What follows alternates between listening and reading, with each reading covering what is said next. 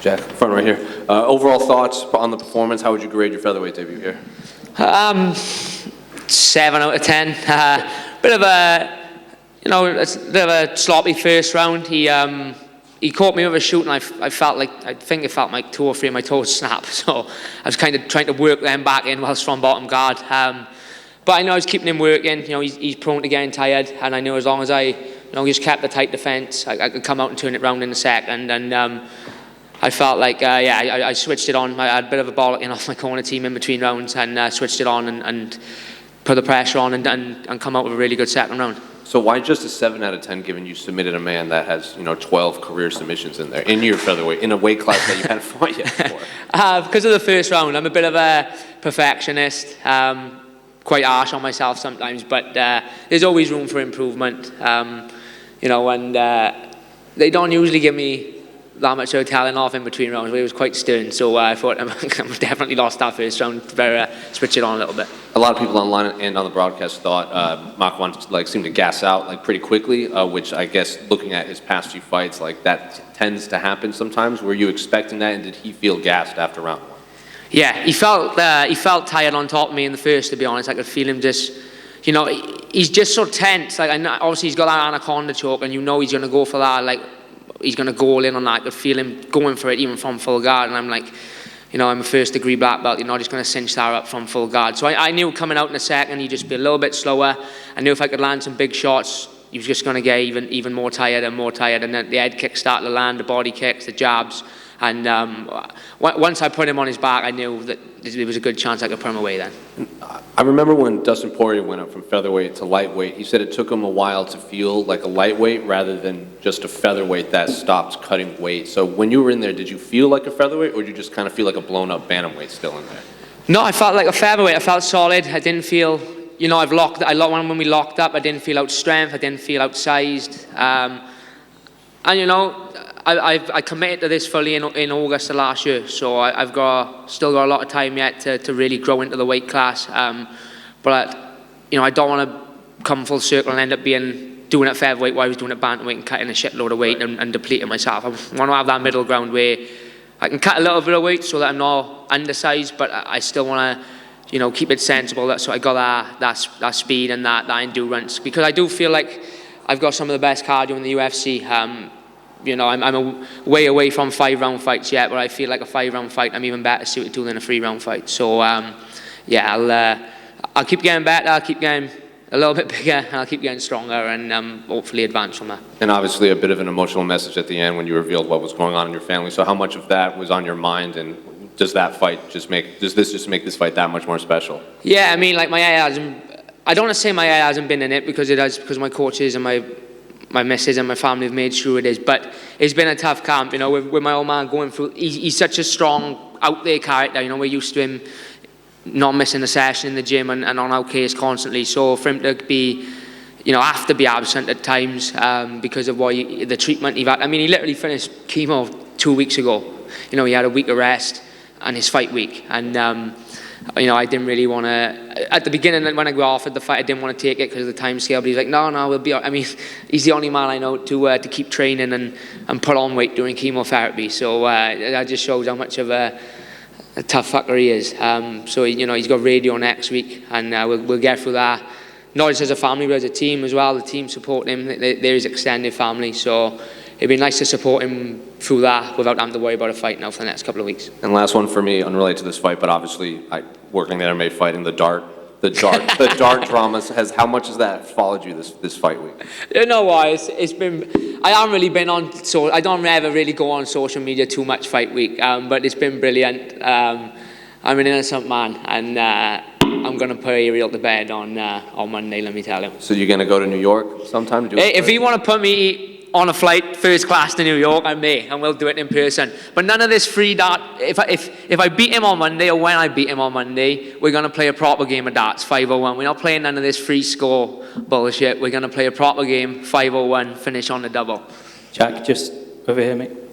I think after the first round, your dad was saying to you, we've been setting up that head kick throughout the whole camp, and you haven't thrown it once. And then in the second round, it seemed like you threw it about 10 times. How important was the corner talk from your dad? It was spot on. Like I just said, they're not usually that animated in the corner, but they made it very clear, look, you're not following the game plan, you're not listening, you're not getting going. And it woke me up, to be honest. I don't think I come out lethargic. I was just kind of waiting on him a little bit too much. And, I knew I dropped that first round, and I just thought to myself, right, let's not drop a second round now and have to chase it in the third. Let's get out there and stick it on him early. And I heard my Thai coach say, as the corner was going to the cage, he said he's counting you off the jab, fake it, and just throw the head kick. And I think I'd done that within like the first minute, and it landed and stung him. And it just kept finding its home. The body found its home, and that's why I believe they're one of the best teams in the world and one of the best corner teams in the world. We might come from a small area of the world, but they're right up there with the best. When I came to Wales a few years ago, we had a little joke because I told you that half of your wins actually came through rear naked choke. So obviously you got another one today. How good does it feel to get your average back up now? Yeah, I'm back to, no more decisions. I'm back to get back in the finish column. I think someone just told me, I think that's my 9th submission win, maybe something like that, and I think it's like my 8th rear naked choke. So yeah, it's a bit of a speciality of mine, and it's something I'm pulling off in the gym all the time, and that's where I felt like the minute I passed the guard, it just felt like another night in the gym, to the mount, through shots, take the back and choke them out. It's funny you say that, because I was just saying, like, as soon as you get into mount, you're always looking for the rear naked choke. And then just a final one from me. I don't know if you were joking about this or if you're just doing this as a sponsor, but are you actually expecting a child, and how much are you looking forward to? No, I am actually expecting a child. My missus is giving birth to my son in July. So yeah, I can't wait for that. Can't wait to go home and see her, and hopefully the next few months go fast. I can't wait for my world to be turned upside down. Congratulations on the victory, and also congratulations on that. Thank you, Abs. Jack, just over here, with everything that you've got going on at the moment, when do you think you're going to be able to return? I want to make sure my old man's all right. I want to get him through the rest of his treatment. Obviously, like I just said, I got my son coming in July, so maybe we can get one in before, if it's a European card perhaps. I don't really want to be on the other side of the world with an heavily pregnant missus. So they announced Abu Dhabi in October. I think if I don't get the fight till after the baby comes, that would be a great card to get on. But let's not write one off before just yet. Let's see if I can smooth the missus over and maybe get one in before. And obviously now you've got your first fight at featherweight out of the way. Do you see anyone in the division that you'd like to get matched up against? There's some really good names in the division. Before I got off of Matt, I thought they might offer me JSP, Jonathan Pierce, who beat Matt one before me. I see he's fighting Bryce Mitchell now, so obviously that one's out the window for the foreseeable. But featherweight is a lot like bantamweight. I'm kind of out of one Shark Tank and into another, like I said, on media day. So there's plenty of big names there. There's plenty of good guys there. And I'm sure they'll be willing to take me on just as I'll be willing to take them on. And you said in the media day that, now that you're not undefeated, that's kind of, that was always a little bit of a drain for you, and there's kind of a bit of a weight off your shoulder. Do you feel like now that has given you any, given experience in terms of going through that and now coming out the other side of that? Yeah, I'm a lifelong martial artist. I've been in martial arts since I was 5 years of age, so it's all about lessons. You take the rough with the smooth. There'll be times when you win, there'll be times when you lose, but it's important that whatever happens, you just take the good, take the bad, address what went wrong, and become a better fighter and a better martial artist from it. And the loss obviously done a lot of that for me, just as this win will do a lot of that for me. To me, it's more than winning and losing and fighting in the UFC. It's a way of life, and I've been doing it since I was a kid, and I'll be doing it till I'm an old man. So I don't take it for granted, but I also don't look into it too much more than what it is. It's a way of life. I'll win some along the way, I'll lose some along the way, but I'll make sure that I always grow and become better from it. Thank you. Jack, over here. Congratulations on your win.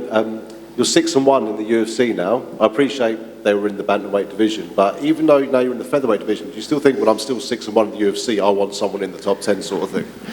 Yeah, I'm at a bit of a crossroads where I think I would love to jump in there and fight the guys in the rankings, but at the same time I do understand that, like I said, just like bantamweight, it is a Shark Tank, and there's plenty of guys ranked ahead of me that probably wouldn't be too happy if I got fast tracked in front of them. So I'm prepared to go through them to get to that ranking spot. We'll sit down on Monday and chat with my manager and get him to chat with the UFC, see what they think is the best next step. But know, I've never been shy of a challenge, never been shy of taking on anyone. I've never turned down a fight in my life, not like some fighters who say they want to fight and then don't actually end up fighting. So I'll jump in with whoever they offer, and I'll be ready to go, you know, provided my son don't throw a little spanner in the work in between.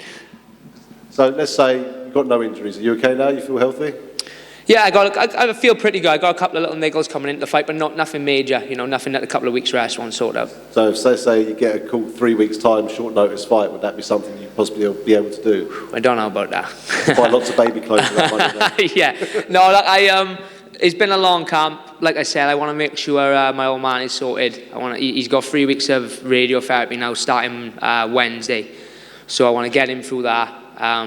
I want to be focused on supporting him and my mother and my sister, and you know, we'll address it after that and see what's what. Yeah, well, big shout out to your dad, mate, because and he also runs a promotion, academy in Wales and everything like Yes, that. and You know. you can't slow that man down, let me tell you. Not even cancer can stop him. Let me tell you, he's cut from a different cloth. He's harsh on us boys in the gym anyway. He expects a lot from us, but for us to kind of watch him go through what he's been going through and still be coaching from the balcony in the gym and still be barking orders and still being on top of everyone, it just goes to show, you know, there's no such thing and there's no real leeway for excuses in this game. If he can turn up every single day and give us his time going through what he's going through, then that fighter's got no excuse. And so we all know your father's a tough man as well, and you know, I hope everything's okay. And it obviously runs in the family, mate. So good luck to yourself. Thank you, I appreciate it. And good luck to him. Thanks, guys.